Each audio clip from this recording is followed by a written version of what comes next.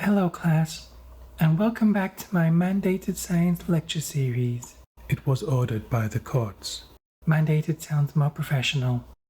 Today, I'll be discussing 7 of the most remarkable dinosaurs to have inhabited the Earth.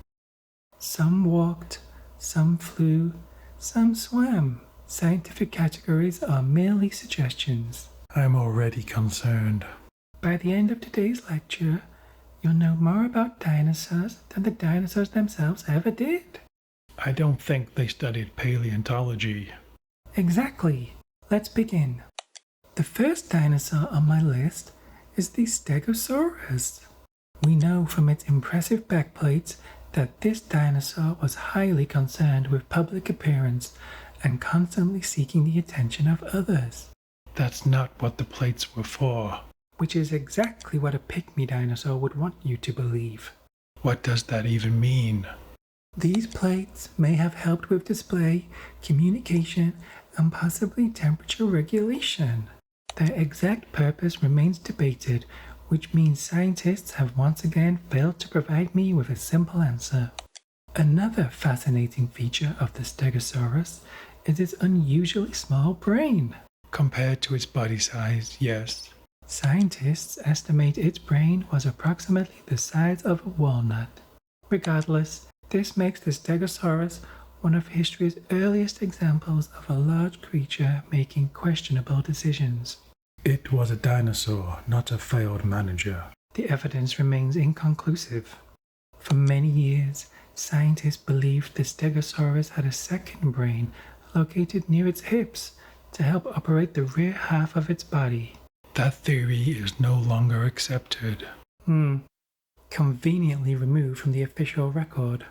Despite its limited processing capacity, the Stegosaurus survived for millions of years. A remarkable achievement, considering some modern species cannot survive a minor inconvenience. Are you talking about beans or me in particular? Our next dinosaur is the Ankylosaurus. Instantly recognizable by its extensive body armor, the Ankylosaurus appears to have spent its entire evolutionary history expecting everyone else to be an absolute nuisance. That's called protection from predators. Exactly, a nuisance. Thick, bony plates covered much of its body, making it one of the most heavily armored land animals ever to exist. Scientists estimate that attempting to bite one would have been a deeply disappointing experience.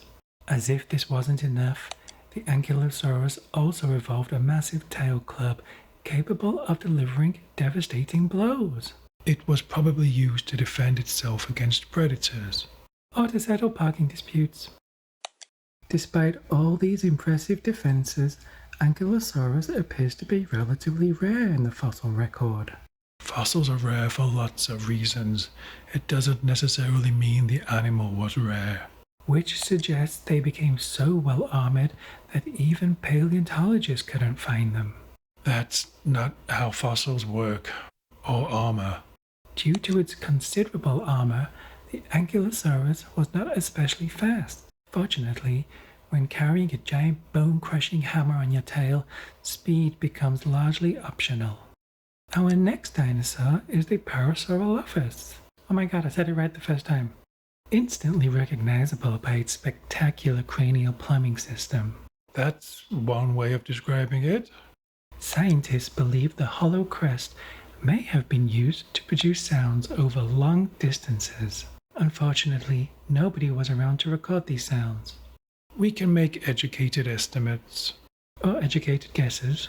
Let's listen to what some crestologists think it may have sounded like.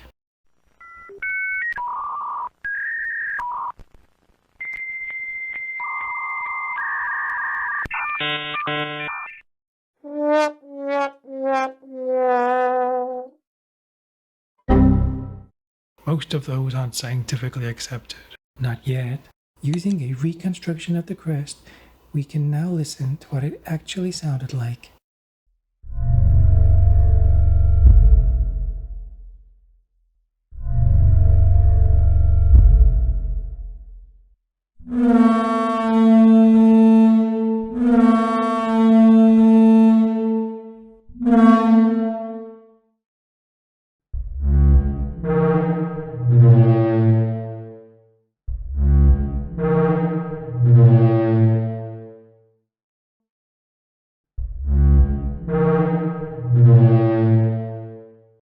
The exact purpose of the crest remains under scientific investigation, There are several competing hypotheses.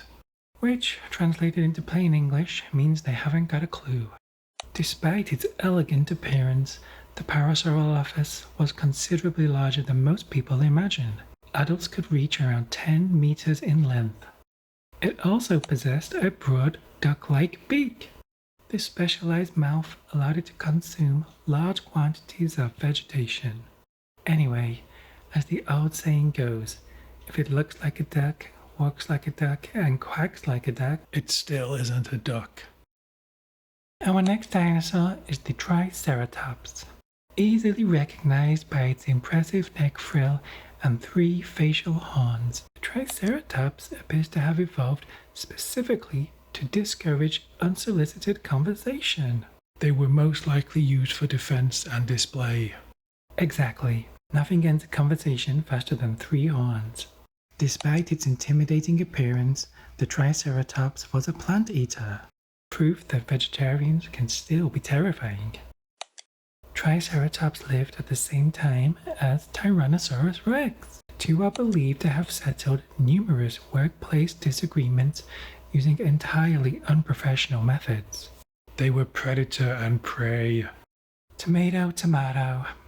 Fossilized Triceratops bones have been discovered bearing bite marks from Tyrannosaurus. Which suggests they encountered one another. Or they simply moved in the same social circles. Scientists continue to debate whether the neck frill was primarily for protection, display, or for recognizing particularly important members of dinosaur management. Nobody says that. Middle management probably wore slightly larger frills. Triceratops came equipped with the premium horn package featuring 3 forward-facing horns as standard. Optional extras included a larger frill and enhanced intimidation.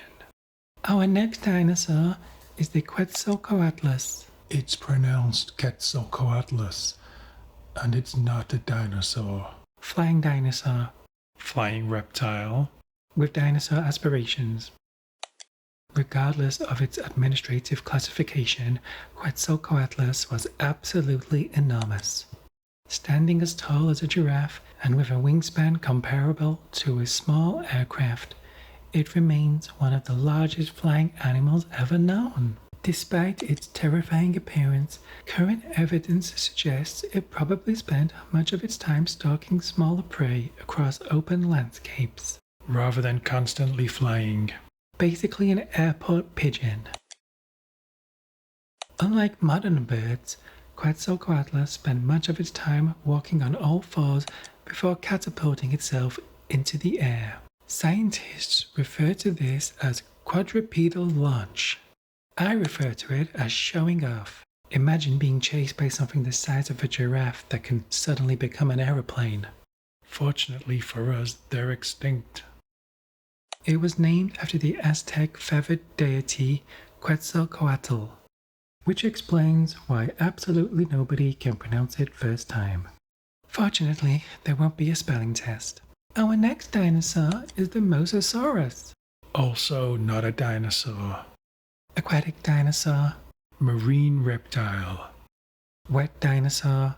Regardless of the paperwork, Mosasaurus ruled the ancient oceans. Growing to over 15 meters in length, it occupied the important ecological role of eat absolutely everything. Its mouth was filled with dozens of sharp, backward curving teeth, making escape strongly discouraged. They were excellent at gripping slippery prey. Fish were therefore advised not to become slippery. Sadly, most fish ignored this advice. Despite spending nearly its entire life underwater, Mosasaurus still had the surface to breathe air, Like whales. which means it was essentially a very angry underwater dinosaur with asthma. Just no. Scientists now believe Mosasaurus was more closely related to modern lizards and snakes than to dinosaurs, which explains why it had absolutely no interest in paying taxes. I don't think snakes avoid taxes. Have you ever seen one file a return? The last dinosaur in today's class is the woolly mammoth, That's not a dinosaur. That's a mammal. a furry dinosaur. It was alive a long time ago, close enough. Woolly mammoths inhabited much of the northern hemisphere during the Ice Age. Unlike most dinosaurs, they came pre-installed with an optional winter insulation package. Their thick coats, small ears, and generous fat reserves helped them survive freezing temperatures.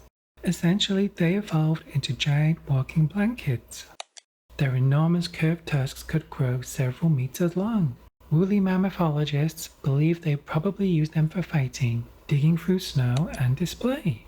Adult woolly mammoths stood over 3 meters tall at the shoulder. Remarkably, some isolated populations still survived until around 4,000 years ago. So about the same time the pyramids of Egypt were being built. So while people were busy building pyramids, there were still mammoths wandering around. Sadly, the woolly mammoth became extinct. It wasn't the only one. No. Which brings us neatly to today's final topic. Unfortunately, around 66 million years ago, the age of dinosaurs came to an abrupt end. Scientists believe this was caused by a large asteroid striking what is now Mexico. That's the leading theory, yes. The collision released an unimaginable amount of energy, triggering global wildfires, earthquakes, and enormous tsunamis. Dust and ash filled the atmosphere, blocking sunlight for months or even years, Which caused ecosystems to collapse. It serves as a valuable reminder that safety helmets are very important. Not everything died, however, Birds survived. which means every pigeon you see today is technically a tiny dinosaur. I knew those things couldn't be trusted. The extinction of the dinosaurs teaches us an important scientific lesson. Which is... Never become too successful. That's not a scientific lesson. Maybe not, but it's a motivational one. If you enjoyed today's class and would like me to cover more important scientific topics, please leave your suggestions in the lecture notes beneath this video. They're called comments. They are clearly written responses submitted by my students. They're comments. Class dismissed.